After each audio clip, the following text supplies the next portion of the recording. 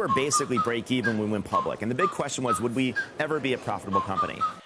And Airbnb has closed at $162 a share, about $106 billion market cap. That means each of those three partners is worth $11 billion. And what's interesting about that is it's up from a year ago of about $107 per share. And then when we were talking with you back in the summer, and I thought it's almost impossible for it to go up anymore, $144 a share, it's definitely continued to increase. But tonight, don't call it a comeback. I've been here for years. I'm rocking my pants. Streaming to you now, Straightfire VR. Airbnb is raising the stock temperature going into summer as they take a healthy bite into the market share. Our host, does Expedia need an exit ramp for VRBO? Our experts debate. And with more troubling news over at Vacasa, will there be a saving grace in the horizon? Returning guest Alex Nigg, the founder and CEO at Properly Inc., debates these topics alongside our co-host Miriam Ramsey, the regional director of business development at VTrips. CEO of VTrips, Steve Milo is ready to bring us up to speed on these fast-moving topics. Steve, hit the ground running. Hey, thank you, Heather. Appreciate it. We're back with Alex Nigg here, and of course our co-host Miriam Ramsey. And Alex, we wanted to bring you back so that you could do a few victory laps on your prediction of Airbnb. You were an Airbnb bull last summer when we interviewed you, and Airbnb has closed at $162 a share, about $106 billion market cap. That means each of those three partners is worth $11 billion. And what's interesting about that is it's up from a year ago of about $107 per share. And then when we were talking with you back in the summer, and I thought it's almost impossible for it to go up anymore, $144 a share, it's definitely continued to increase. So, Alex, I guess you can't be too surprised. You thought pretty optimistic, but it's had a heck of a run over the past year. Yeah, I'm not hugely surprised. That's why I predicted it was going to go up. I mean, marketplace economics are just incredibly powerful, and Airbnb, without doubt, is the dominant marketplace. And once you've got that flywheel spinning, you don't need amazing execution to just be carried by the momentum for a very long time. And I think that's exactly what we've been seeing as the vacation rental market generally, and not just the vacation rental market, but the short-term rental market has on average performed quite decently. Airbnb is obviously like a key benefactor from that. Now, as sort of that flywheel does get affected over time, so as if it doesn't carry you forever. So I would start to moderate my expectation on Airbnb now, but I'm not surprised that it performed as well as it did.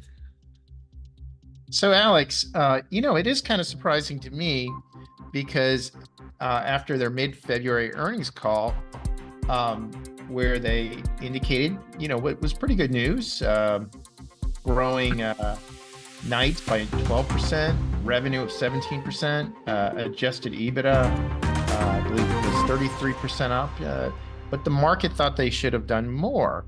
And some interesting comments sprinkled within that earnings call about essentially that ADR, at least in the US market, was slowing down. Start to focus on emerging markets. And they mentioned Brazil and Korea.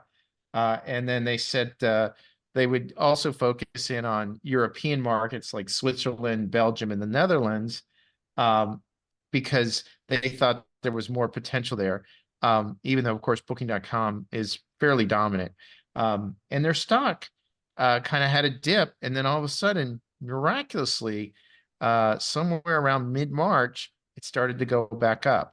Any idea of why we all of a sudden start to see this after the earning call was a little disappointing to some analysts?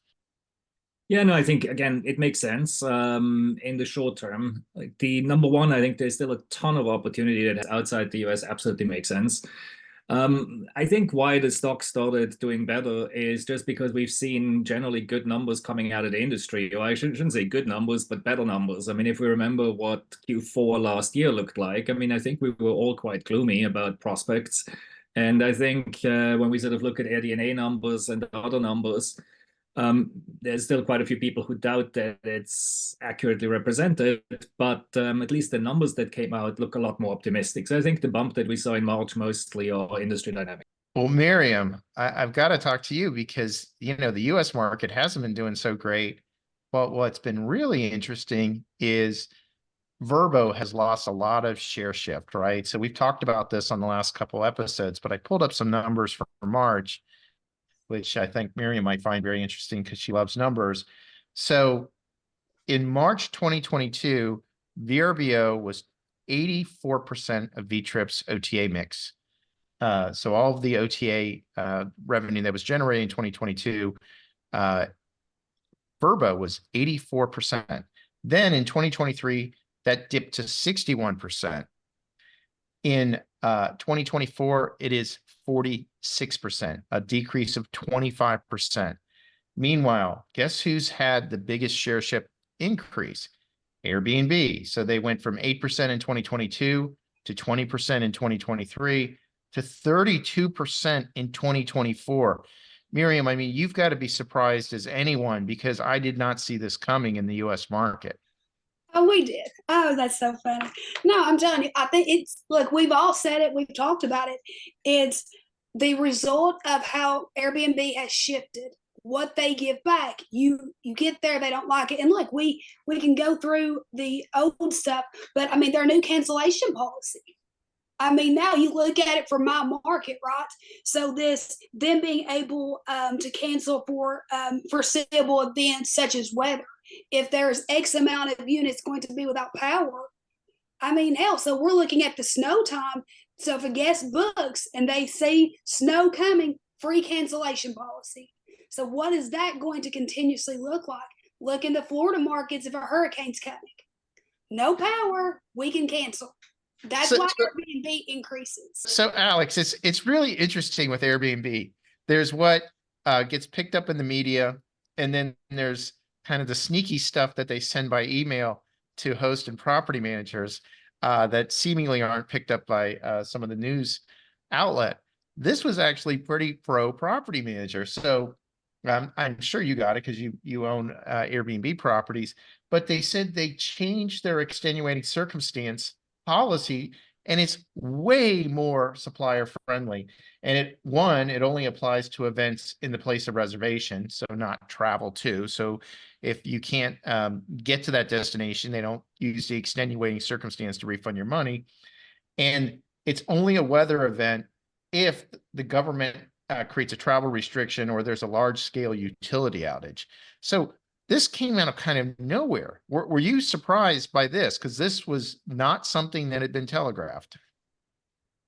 Well, again, to talk about the big picture, I think what you see with Airbnb is they have market power, and they increasingly have market power, so they can choose which side they want to support. Do they want to support the guest, or do they want to support the host? But they have, or do they want to support the property manager? But they have market power on both sides of the equation. Sort of when they change policies, it usually goes one of two ways. 60% are pissed off and 40% are happy, or the other way around. But the more you have market power, the more you can choose these things exactly as you think they work for you. I think what we've been seeing is whether those changes are changed wisely or not will depend on how closely Airbnb is plugged into their respective markets. And the bigger they get, the more data they have, and the more they can align or can make sure that they align their interests with whatever constituency makes them more money. But Miriam, I mean, you have to admit, this was an extremely property manager host centric. I mean, there was nothing guest centric about changing the extenuating circumstances in a way where it effectively, pretty radically diluted this, which would have been a big thorn for a lot of property managers. I mean, I don't know, other than the guest who might be scamming us, who would be unhappy with this. Yeah, I think, look, that's why it wasn't really broadcasted. For the first time, Airbnb has been supportive of the PM, right? And so I think it'll change. I think it will switch back.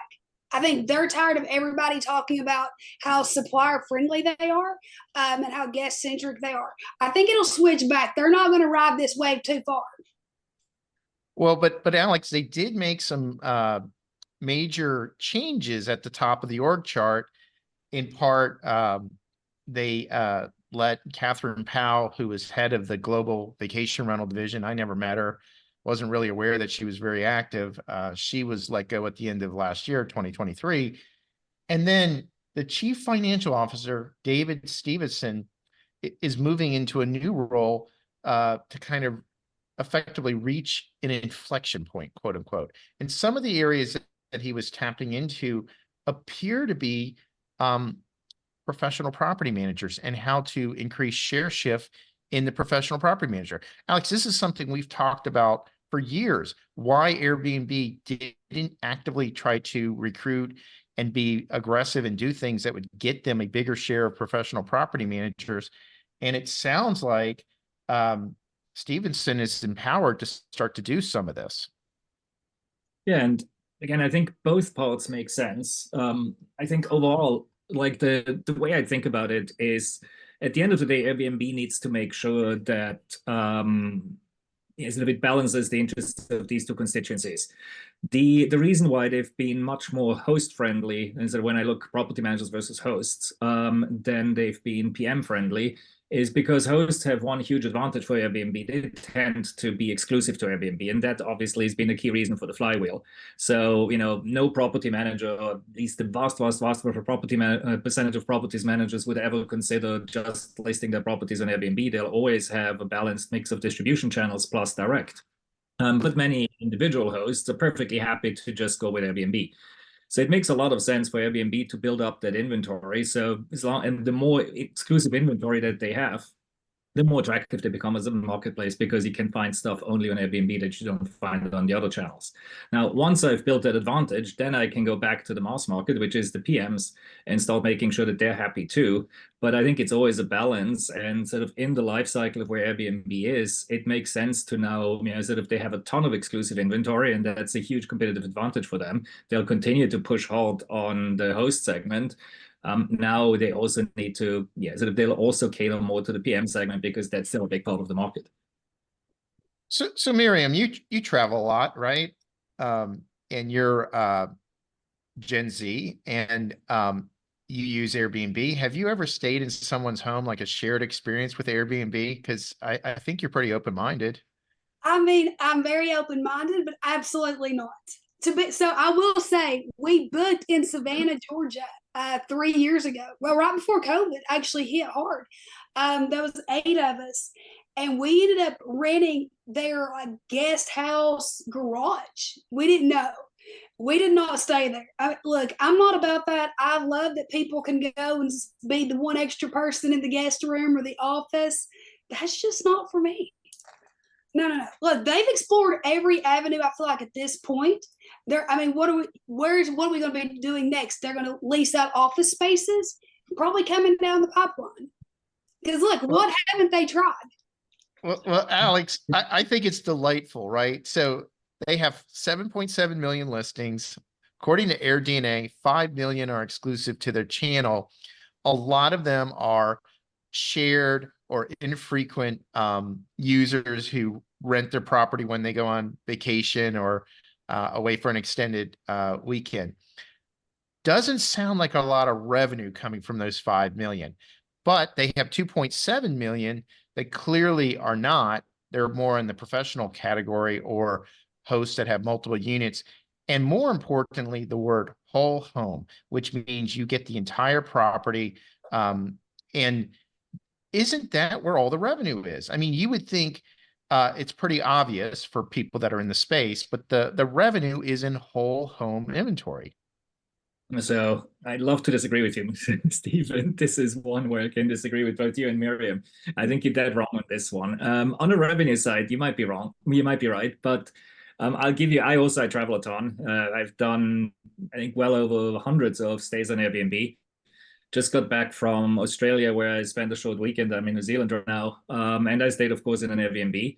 It was an in-law unit. It was an amazing experience. Was significantly cheaper than any hotel I could have found. It was a lot more personal. It was perfect location, amazing host. It's exactly the kind of stuff that Airbnb advertises. Now, I don't want to extrapolate from a data point of one because we all have one experience that went extremely well or extremely badly, so it doesn't mean anything.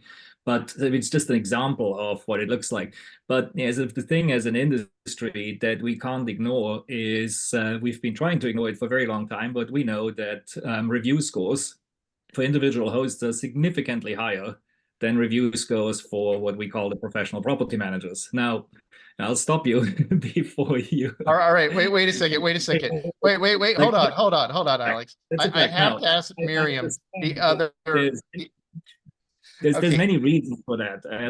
Sort of part of the reason is because obviously individual hosts are going to be are not going to be as good at pricing.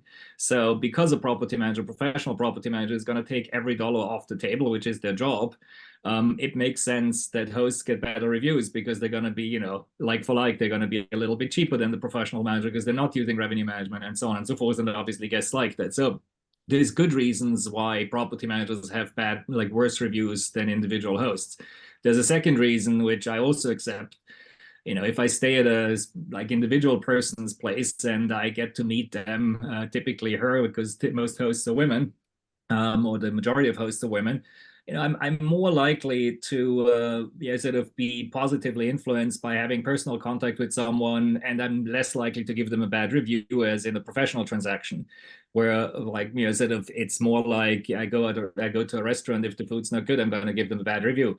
If I have dinner at a friend's place, I'm not going to give them a bad review because they're a friend, and that part Airbnb's been very, very good at. But as an industry, you can't escape the fact. You can look it up on AirDNA, any given market. The property managers are always going to have significantly lower review scores than the individual hosts. All right, Miriam, I can't stand this. So you've stayed in a lot of Airbnbs. How many times have you actually met the host versus meeting a cleaning person, the maintenance person, or going to the front desk and getting the key? And second, once you leave, how many times have they attempted to beg, bribe, or cajole you into giving them a 5-star review? So I'm different with it, and he's right because he's heard me fuss about this.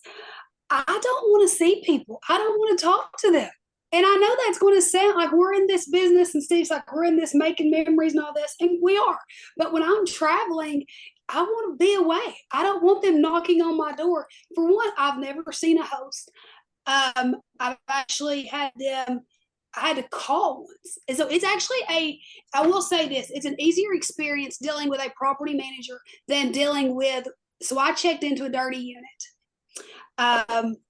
Done an Airbnb, got there. It was an individual who owned the house, completely dirty. They thought the guest checked out the next day. Long story short, I've been traveling for 12 hours. I have 2 large dogs. I was like, it's okay. I'm just going to go to the store, grab some cleaning stuff, come back, change the sheets. You guys can come tomorrow when we're out at the beach. Not a big deal. Never got a call back the first night. Second day, they tried to tell me that I checked in a day early after having my stuff, but then came by, brought a basket, and then for 6 weeks, every day called and emailed me, tried to get me to give them a 5-star review. No, granted, I didn't bash them. I just didn't leave a review because I know what that does.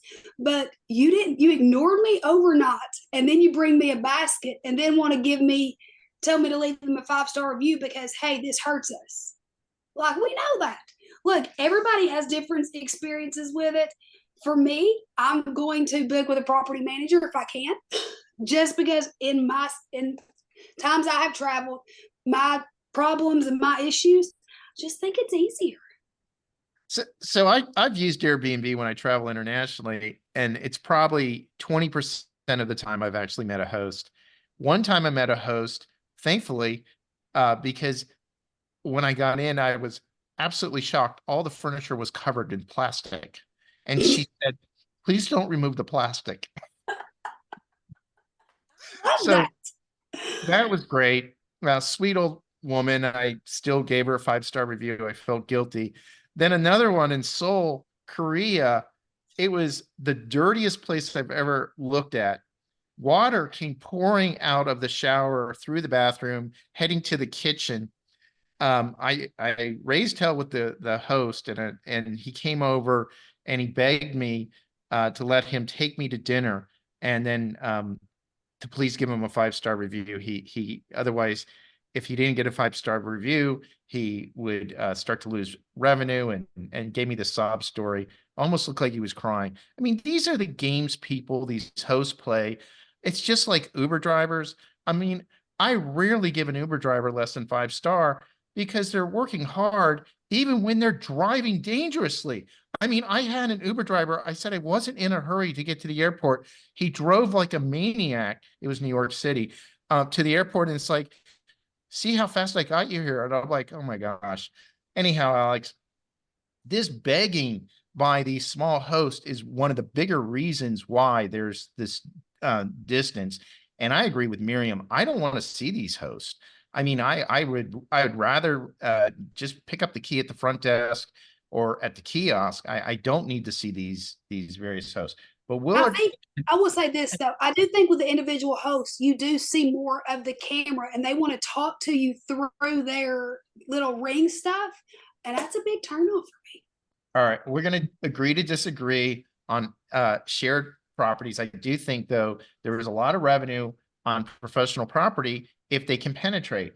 So a couple of things that are more interesting is they also apparently are banning units that have indoor cameras, Alex. Well, that's kind of a surprise. I would have thought that ban would have been long ago. And they said that all units need to have hot water. So are we making progress now for Airbnb to create a set of expectations that consumers don't feel like they're walking in some place where they were filmed? You know, there's this story that was circulating throughout the world of an Airbnb host who didn't get a good review. And after the review, she released a photo of the guest and apparently someone who wasn't his girlfriend to the guest's wife. And that, I guess, didn't go over well. So now that's a problem. But, you know, this issue with all the cameras, I would have thought Airbnb would have made it clear that you can't have indoor cameras. That just sounds creepy. And I believe there's been some lawsuits over this. So I disagree with you on a few things, and I agree with you on many. So this is one. Obviously, I agree with you. And I particularly had this issue myself. It's kind of crazy, but one of the properties that I'm personally managing, the owner insisted on having indoor cameras. And I thought it was absolutely crazy, just like you said. And I looked at Airbnb's policy, and he happens to be a lawyer. And he showed me that it was legal at the time under Airbnb's policy. And I was astonished that something like that could exist. The reason why he's very worried, by the way, is because he's got a spectacular unit that's made to be a party place, and he was really, really worried that people would have unauthorized parties there. So yes, the reason was legitimate, but the approach absolutely not. There's better ways to do it: noise monitors and occupancy sensors and so on and so forth. But anyway, I had long debates with him. I talked to Airbnb 3 times and always got a vague answer. And I realized at the time that this was an internal struggle. I can tell you where it's coming from, which I agree with you also is a silly reason.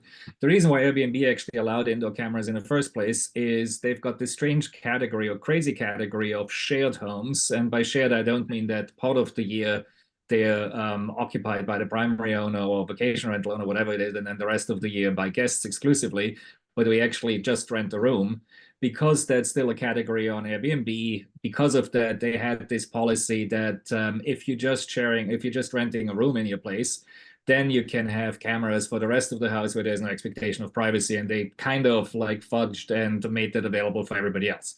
Completely, totally agree with you. That's crazy. And that's wrong. And as a result, they changed it, in my view, way too late. But you know, they changed it nevertheless. Just to sort of make a general point, The point that you and Miriam made before about whether you like staying at an individual host place or not, I think, again, if I can be strongly disagree with you, is irrelevant, because what you like or don't doesn't really matter. What matters is to give you the choice, right? And since Airbnb has all the professional inventory, because every professional manager is going to list, or the 99% of them is going to list their platform, like their place on Airbnb, because they've got so much market share. At the end of the day, you can choose between having access to just one category of assets or both categories of assets. Why in the world would you not want both, and then choose which one you want, right? And that's, I think, why they're winning. Miriam, I will say this. So like they do the bedroom. We actually had this discussion with somebody. So they do by the bedroom. At what point are they going to charge by the hour for the bedroom and double that inventory? Because like I feel like that's where we are. Miriam, I have to ask you this because you know a lot of people. Like I said, you're in the younger age group.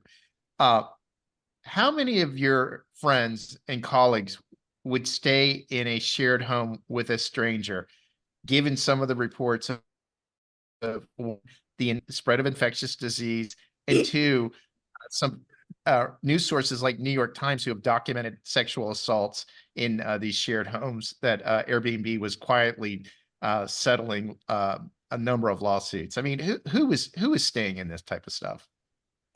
Honestly, I don't know. I feel like it's probably, and this is terrible because this is super judgmental. Well, I was going to say creepies, but like the creepy crawlers, or are we going to do the swinger pineapples? Like, I don't know. I don't think that in the time, and look, and it could be more of the overseas. I don't think in the United States you see as much as people now wanting to share. Overseas, it's definitely a different conversation. My group of friends, we're not staying with other people. Hell, we don't want to stay with each other. We all get individual places. All right, Alex, I'm going to say one more good thing about Airbnb, and then we have to say some bad news. So they bought an AI company. You want to make any comments of that? Because that was another big news release. Yeah, I mean, I think there was a small acquisition and it's sort of something around the edges. But I mean, obviously, I think Airbnb's been behind in using AI. I think we're all using it like crazy. And yeah, so I don't think this is going to change the equation in any way. But there's no question that AI, if smartly used, and when I say if smartly used, we got to go far beyond chatbots, which is what everybody's right now excited about. But if smartly used, they can make a big impact on operations in our business, as it's making a massive impact across everything. And we can certainly say that although Brian Chesky threw his hat in the ring to be on the board of OpenAI, he was not selected. But Miriam, I want to talk about some other things. So we know that with Airbnb, they've kind of hit the wall with ADR in the US market. One of the things they're trying to do is convince people actually to lower ADR and cleaning rates. And you've been pretty vocal about how dumb that is. Like we have to charge a cleaning fee. But it's some of these stunts that just make hosts cringe at dealing with Airbnb when they're this tone deaf and say, well, you don't need to charge a cleaning fee. Well, how else are you going to clean the property?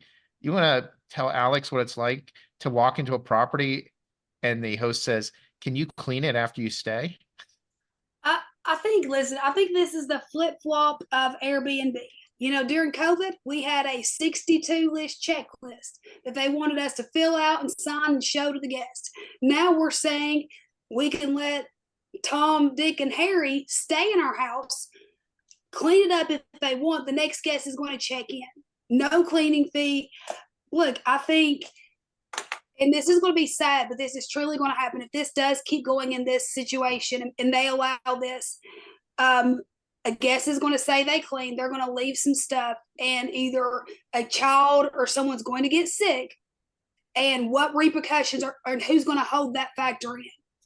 I mean, we can't say, hey, clean this house or set to a standard. I guess, are they going to make it to where you can pick if you want to clean or not clean and check into a cleaned house?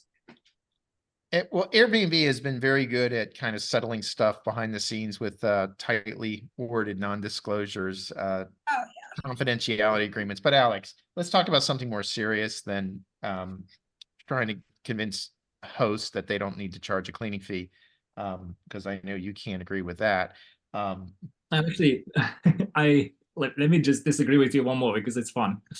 I think that's a smart policy. And let me explain why. I studied economics. Like, we're not talking about whether you should clean or not. You're absolutely 100% right that you need to clean, absolutely, and the cleaning job needs to be amazing. Needs to be a professional cleaning job. And if we as an industry don't do that, we're going to horribly fail. I will agree with you that everything that Airbnb's done on cleaning, they're amazing at PR, but that's kind of where it stops. So, for instance, the whole COVID enhanced cleaning protocol was entirely a PR exercise and not much behind it. So that's one of the areas where Airbnb has really has to improve their game. Now, when we're talking about dropping the cleaning fee, that's a different issue. That's an economic decision that anybody needs to decide whether they're going to absorb the cleaning fee. Of course, we have to do cleaning. That's not the point. Whether we're going to absorb the cleaning fee as part of the daily rate, or whether we're going to make it a fixed fee that's attached to the daily rate. That's an economic decision. You know what hotels are doing. Hotels are not charging you a cleaning fee. It's baked into the daily rate. And which way of those you go, that's a decision that everybody has to make by themselves. And there's reasons for one, there's reasons for the other. But it's an interesting economic decision, and everybody needs to make their decision on how they're going to price the average the average stay, whether they're going to bake the cleaning fee into the daily rate or not. And yes, if I leave it at that, but giving people the choice is a really smart idea. All right. Alex is rehearsing to be comm director over at Airbnb. Look at his answers. He's able to put a happy spin on everything. But now I'm an economist by background, and what I'm saying is, how you price something is up to you. I'm not saying, and I started the whole comment with, I think Airbnb as a marketplace actually has to get a lot more involved into setting standards for operations, and they're not doing that. As if they're very much sort of a hands-off marketplace. And I think, ultimately their brand will suffer if they don't have much tighter controls over the quality of their product. All right, Alex, we have to get serious about one data point that's not looking good for them. So they mentioned on this earnings call how important markets like Germany and Switzerland and Belgium are to future expansion. And yet, here's some information you might find interesting from key data. In 2021, Airbnb had a 42% market share. In 2023, it was 35%. In 2021, Booking.com, our friends in Amsterdam, had a 25% market share. In 2023, Booking.com was at 41%. I was just on a call with Jason Sprinkle, and Booking.com has gained even more in 2024. So my question to you is, Booking.com, which is certainly it's undoubtedly the most well-run OTA in the industry in terms of management, achievement, et cetera. I mean, anybody who doubts that, go back and look at the 20-year span of that stock. It's at about $125 billion. It's had a remarkable record, and it's at its all-time high. It's been incredible. So my question to you, Alex, is how is Airbnb going to win back market share in Europe? Because it looks like by all standards right now, they continue to lose market share to Booking.com. Yeah, so that's an area I do agree with you. I think you're hitting the nail on the head. The Achilles heel of Airbnb is they've taken their eyes off the ball. They, sort of obviously in relative terms, the US was what brought home the bacon during the pandemic. So everybody got very focused on the US, and the US has become a significantly bigger part of the business than it was before. They took off their eyes off the ball in Europe, and Booking.com, which is absolutely a formidable competitor, took advantage of that. And I think Jason's numbers are right. While sort of key data probably doesn't have the best data on Europe, but I think directionally the data is right. Absolutely, and Airbnb is losing market share in Europe, and that is their Achilles heel.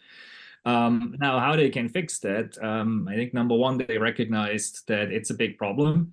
That's why they did the executive shuffle. I think Stevenson's getting really good reviews across the board, and he had a really, really strong number two, promoting her to CFO and pushing him into this new role where I think he's going to focus a lot more on Europe and winning, or like at least regaining ground there, than on emerging markets and catering to property managers, as he said before. So I think that's really his role. So, so I think that's why they did it. But I absolutely agree with you. That's the tough battle ahead for Airbnb, and that is their Achilles heel, without a doubt. All right. Before I go to Miriam, I have another economics question because you're a well-traveled man. You've been in a lot of places throughout the world. So one of the things they said on their earnings call is they were going to focus on emerging markets, including Brazil, Korea, places in Latin America, etc. Alex, you stated Airbnbs. The ADR, the average daily rate, is ridiculously low in those countries. How is that going to move the needle, even if, which I don't think it's easy for them to gain a lot of penetration in some of those countries? There's not a lot of revenue to squeeze out of those things. I mean, we're talking, I was just in Vietnam and $20, $25 a night for a one bedroom was typical of what I was seeing. Philippines, Heather's father was there for 4 months, same thing, $20 to $25 a night. There's just not a lot of ADR in those emerging markets. Yeah, no, I agree with you on that too. I think, that's a long game, and it's a long game that Airbnb needs to play, like everybody else needs to play. The other guys are too, to sort of start looking at some of those emerging economies and what's promising. Initially, sort of their focus on China was a big effort and didn't go so well for obvious reasons. Now, what obvious? The obvious reason is unless you grease the wheels, so to speak, in China, and have people that are behind you in China, guess what they do? They make it impossible for you to operate, and they spin off a Chinese company, which is, I believe, Tulio is one of them, right? Yeah, no, exactly. That's sort of China is an incredibly difficult market to operate in, as many companies have found out, and same for Airbnb. I think a focus on not a focus, paying attention to emerging markets is important. And markets like Brazil absolutely will be important markets for the future. But sort of, I agree with you. The battle in the short term is going to be Europe and the US, and Europe is a very large vacation rental market, and there's no question that Booking.com is gaining ground, and that's going to be the big battle ahead for Airbnb. That's their Achilles heel, absolutely no doubt about it. Miriam, do you like the fact that I'm scoring some points now? I do. I listen. I was going back. I agree with Alex on the key data thing. He's like, it's not the most accurate in Europe, and I'm like, that's what I say in the United States too. So like, we're winning. We're going it up. All right. So Miriam, we just talked about how Airbnb is gaining ground on VRBO. And I think it's not a coincidence that people who do this for a living, i.e. invest in stock, we're able to see through AirDNA and key data, kind of the share shift and what that share shift would do in terms of revenue to Airbnb. It's a huge number that's being driven in share shift within the US market. But here's some more data, Miriam. So tell me if you think this is maybe long-term more concerning. So Booking.com for March V-trips in March 2022 was 3%. In March 2023 was 8%. And in March 2024, 11%. I corresponded with a senior executive at Booking.com about the deterioration of VRBO, and he said, A, they were aware, and B, they were going to take advantage of it. What are you seeing out of Booking.com? Because I know that initially people were skeptical about Booking.com because it was seen as this European group of customers, but it's US customers that are using the Booking.com app. Well, and I'll tell you, my brother actually last night started talking about Booking. So before, I think a lot of people really just use Booking for hotels, and now they're seeing, and I think it's being more informative. I think the more Booking puts out, the more of that increase that we will see. So like my brother last night was like, did you know that you could book a vacation rental on Booking.com? And I just died. I was like, yeah, I sure did. So I think it's the educational piece. Look, I think by 2025, that number in this market or for V-trips will be around 17 to 21%. I think it will continuously go up. We'll take that VRBO, but I think that number with us for Airbnb is going to decrease. I think Booking.com, look, they get my support. They need to send me a cup and I'll sit here and drink on it. Every time we talk about Airbnb, I'll point to Booking. Well, and Alex, it could just be an answer of Booking.com has a better business model than Airbnb, right? Because Booking.com is not a one-trick pony.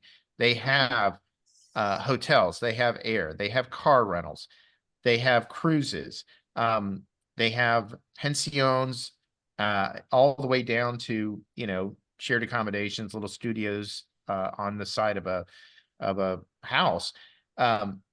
When you start to use Booking.com, it can accommodate all your travel, whereas Airbnb is still just a niche site. And it seems to me that Booking.com just has more room to grow because as those customers come in, they have just more chance to monetize it. But maybe you disagree. Yeah, no, I generally agree. I think this is sort of, I'll go back with my bigger disagreement with you, that the individual hosts at the end of the day are absolutely of key importance to Airbnb because that's where the exclusive inventory is. And let me explain what I mean by this. The world can go two ways. Either alternative accommodation, our category, short-term rentals, is its own category. If it stays its own category and I decide I either want to have a hotel or I want to have a short-term rental, then I'm going to continue to go to Airbnb when I book a short-term rental because Airbnb is where I find a lot more inventory and a lot of that inventory is exclusive. Like there's no reason for me to go to booking.com. If the world goes a different direction, that we all think of both of those very similar categories, and I might take a hotel, but I might also take a short-term rental and I want to see both, then I go to booking.com, particularly in markets where they have inventory, a lot of inventory, such as Europe, maybe not yet in the US. And then Airbnb loses in the long term. That's why Airbnb, I mean, Brian Chesky did have that strategy and it didn't work. And he got hit by the pandemic at the time. He did want to become a one-stop shop and add airlines and car rentals and all the rest of it. And then, of course, he also wanted to gain a foothold in the hotel market with the Hotels Tonight acquisition. I don't think any of those things have panned out. Certainly, Hotels Tonight's not a big deal of Airbnb. And then the rest he had to pull back, and he did a great job at pulling back because in the middle of the pandemic, that huge expansion would have been a crazy move. But in the long term, that's a big strategic threat. So in markets where Booking.com has the inventory on the alternative accommodation side, instead of when I'm in a dual mode where I said I don't really care what it is, maybe it's going to be a hotel, maybe it's going to be a short-term rental, then I'll go to Booking.com. All right, 162 a share. Are you buying or selling Airbnb? I'm not a bull on Airbnb right now for a number of reasons. I think it's richly valued, it's fairly valued. I also think that growth is slowing down across the industry, and they used to grow at 24% historically. Now they grow at 12%. So with decelerating growth, a fairly valued stock. I don't think there's a ton of headroom. But having said that, I think the big question, the $1 million question is alternative accommodation its own asset class? If it is, and if people are going to continue to go to either look for alternative accommodation or a hotel, then Airbnb is in a pretty formidable position. If Booking.com manages to change the world to a point where it's the same to me or it's close to the same to me, and I go between hotels and alternative accommodation back and forth, then Booking.com has a really strong competitive position. All right.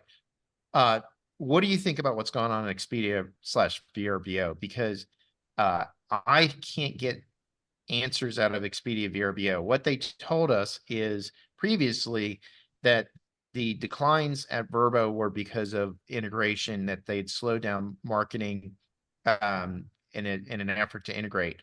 I have yet to see the integration. In other words, we list on VRBO, but that inventory doesn't flow to Expedia. We have to go through a channel manager to get our inventory into Expedia, which is completely different than Booking.com. You just hook right into Booking.com. So there's two different companies, VRBO and Expedia. It doesn't seem integrated to me. And then, they claimed in the first quarter that they were turning back on the marketing engine, and yet we've seen widespread deterioration. I talked to analysts. Again, I was just on a analyst call with Jason Sprinkle, and I mean, the numbers are really, really bad for VRBO, and worse, they seemingly are deteriorating every month. What do you think is going on there? So short answer is I don't know. As in, I haven't paid a ton of attention to VRBO, I have to admit. On the data that you cited from, obviously from V-Trips, and I've heard it from a few others, I've seen Jason's numbers. It looks like there is deterioration. I also, there used to be a time when I knew who was running the company. I don't know it anymore. As in, that doesn't mean like that there isn't a great management team. It just means that I haven't paid attention. Like some of the people I remember from the past, Jeff Hurst, or that were really good managers, have moved on to other things. So I really don't know anybody there right now, which again is not a comment on the comment, like not a commentary on the company, just on my lack of insights. What I can say is I've watched what they've done on ultimately VRBO came together through a series of acquisitions of short-term rental properties, or not properties, I mean platforms around the world.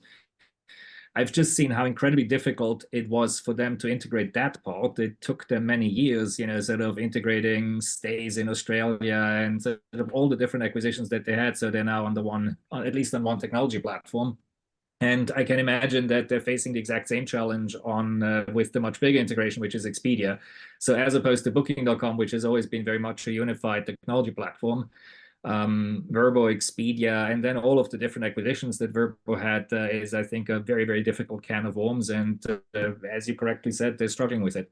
So Miriam, when you started in this industry, everybody basically talked about VRBO, HomeAway. And they were clearly the dominant player. I mean, I cited some statistics where they were 85% in some years percentage of us for OTAs. I'm sure it was that way for you over at Smoky Mountains when you were there. Are you shocked at what's happened to VRBO? It's seemingly not overnight, but almost like within just 12 months, the deterioration has been incredible. Honestly, yeah, I really thought VRBO would be the biggest platform there is. Just honestly, when I was at Smoky Mountains, we had such a great relationship with our people there. And, it was very personable. You had one phone call to make. Again, this was 2015, 2016, some years difference, larger scale of things.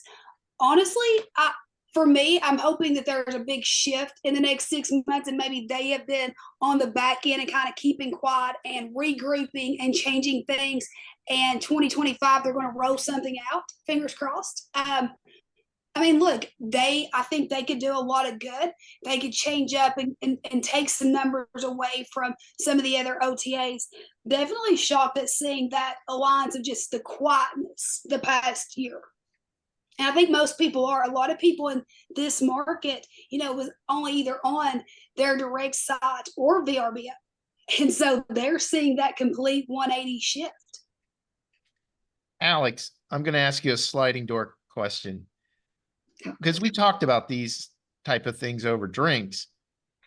Aren't you surprised that Barry Diller didn't spin VRBO out at the end of 21 or early 2022 when he could have? I had some analysts suggest that at that point, VRBO could have had a market cap, $15-16 billion on its own.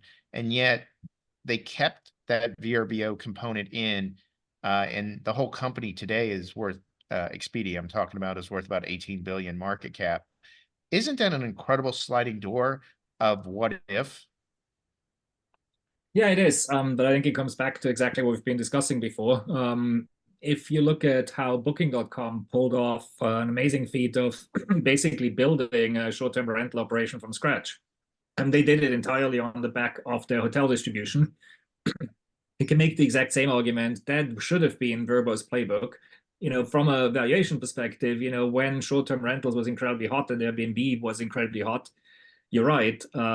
With hindsight, we all have 20/20 vision. Would have been a very smart thing to spin VRBO out, take that premium, and run with it. From a strategic perspective, looking at Booking.com's playbook, it makes a ton of sense to do what Booking is doing if you're not the market leader, and sort of gain share by leveraging where you are a market leader, as in on the hotel side, and transferring over to the other side. Unfortunately for VRBO, that hasn't worked out, as in because of the integration issues, because of the fact that they've never really managed to leverage Expedia in any significant way. they haven't been able to play that trick, and they're paying for it. So, Alex, we're going to talk about one last public company. It's kind of a favorite of ours to talk about. And that's Vacasa. They hit their all-time low yesterday at $6.12 a share. That's after a reverse merger. So down to about $148 million. But what's interesting, I was talking to an investment banker today. I still take their calls, and I find they have interesting perspective. And I asked him, why hasn't someone bought Vacasa? I said, look, at this point, they have to be highly motivated. They have clearly a cash flow issue. They have $150 million more in current liabilities and current assets. Not sure if you noticed, Alex, but they refused to give guidance at the end of their fourth quarter call on February 29th into the rest of 2024, which is almost unheard of for a public company. And so my question to him is, why can't they find a buyer? And his response to me is, he thinks they're toxic. He said, look, they scare people because there's just so much bad news. They're not sure what they're actually buying. They're not sure if the technology even has any value.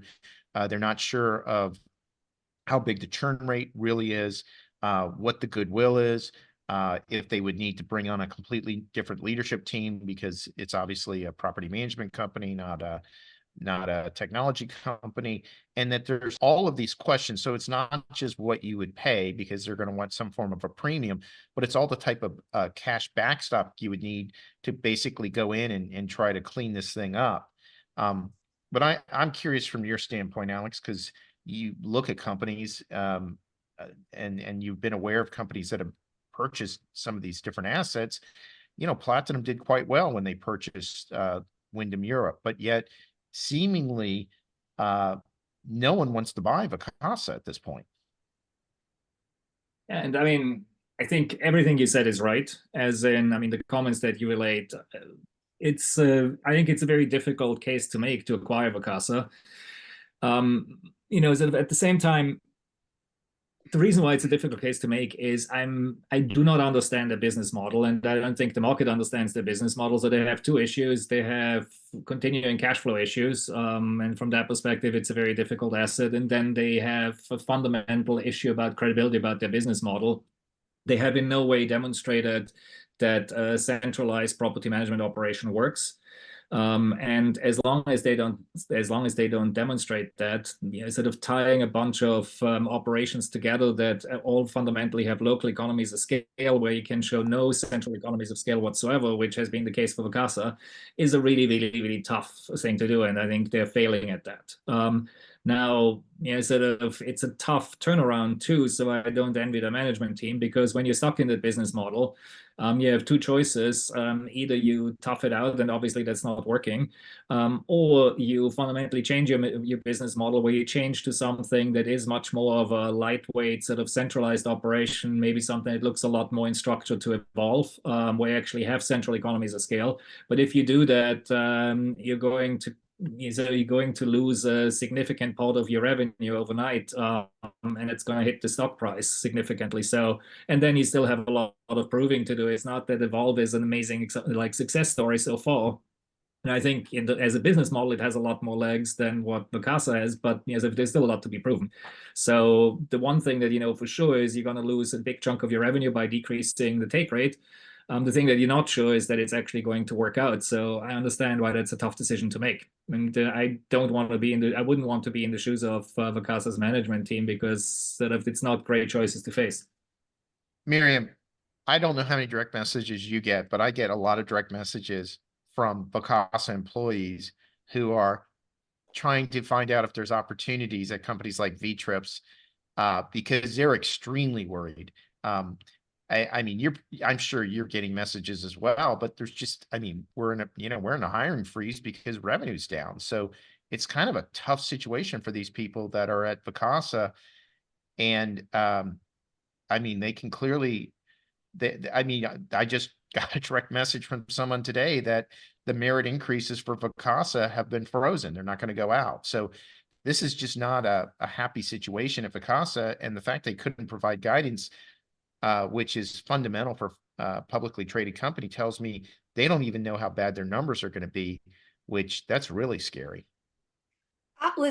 They have some great people that work there, and I really feel bad for some of the individuals that do, are still there. I will say this: I truly feel the reason they've not been sold or bought or whatever. There's two big things, and to go with Alex said, I think for one, their model is terrible. So whoever purchases has to go in and wipe it clean and start from scratch. So, and then I think the second reason they haven't sold is people are sitting back and watching this show portray out, and the more stuff they lose, people are picking that up. So they don't have to go in and pay for that aspect of it because they can gain it organically. And that's what sucks for some of the staff that is not in upper management that are good employees. They're going to be pushed out or let go. And that's what sucks is they do have some good staff that need great places to go and work and perform in their trade. So Alex, we have to end on a happy note. There has to be a buyer out there for Vacasa, maybe a strategic. I mean, you can't just let this company run out of cash and just all the owners and guests are left in the lurch, right? There has to be someone that's going to pick them up. So I disagree with you, and here's why. As in, I actually think it's not just a Vacasa problem; it's an industry problem. Vacasa is kind of by far the most visible example of it, and their problems are much deeper than everybody else's. But as an industry, we fundamentally haven't solved one thing, and it goes for all of us. We have not managed to build central economies of scale for property management.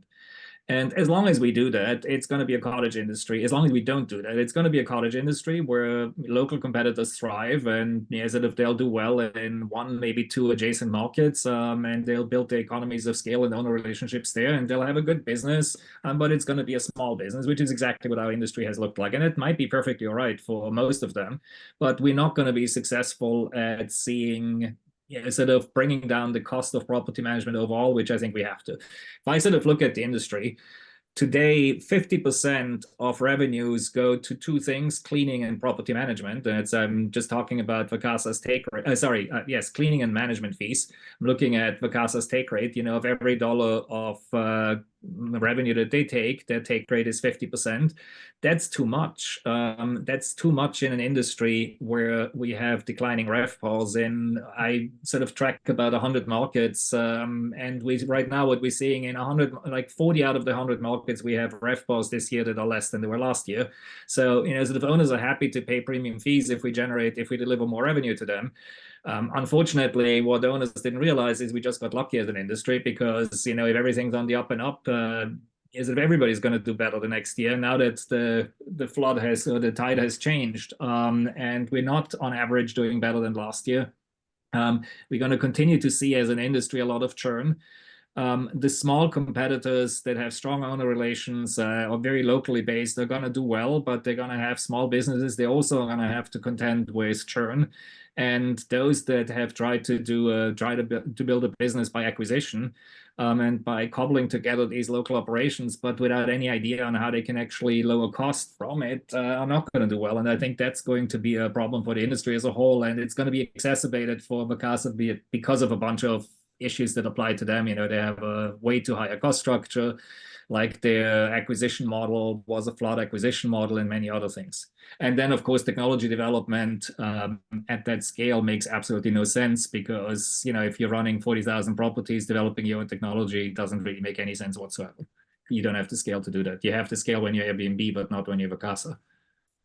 Miriam, we have to end on something positive, more positive than that, because he's basically there's no hope. So he definitely was no hope there. The positive for the call today is you have an alligator outside close to you, and people see Heather's post and they're like, "Please, it might eat Steve." That's a great way to end it, and Heather can post it. We saw an alligator on the beach. It's the first time I've ever seen an alligator on a beach. They typically don't live there. And so I thought Fishing and Wildlife would come and pick it up. And then I didn't realize the alligator could move, and he moved into the ocean and swam away. So look, maybe there's a chance that Vacasa survives like that alligator. Yes. And that's the happy note that we'll end. Well, that's another episode of Straight Fire VR. You can go to our website, straightfirevr.com. Thank you again, Alex. Thank you again, Miriam. To watch previous episodes of Straight Fire, go to www.straightfirevr.com. For questions or comments, or to email us, please go to straightfirevr@gmail.com.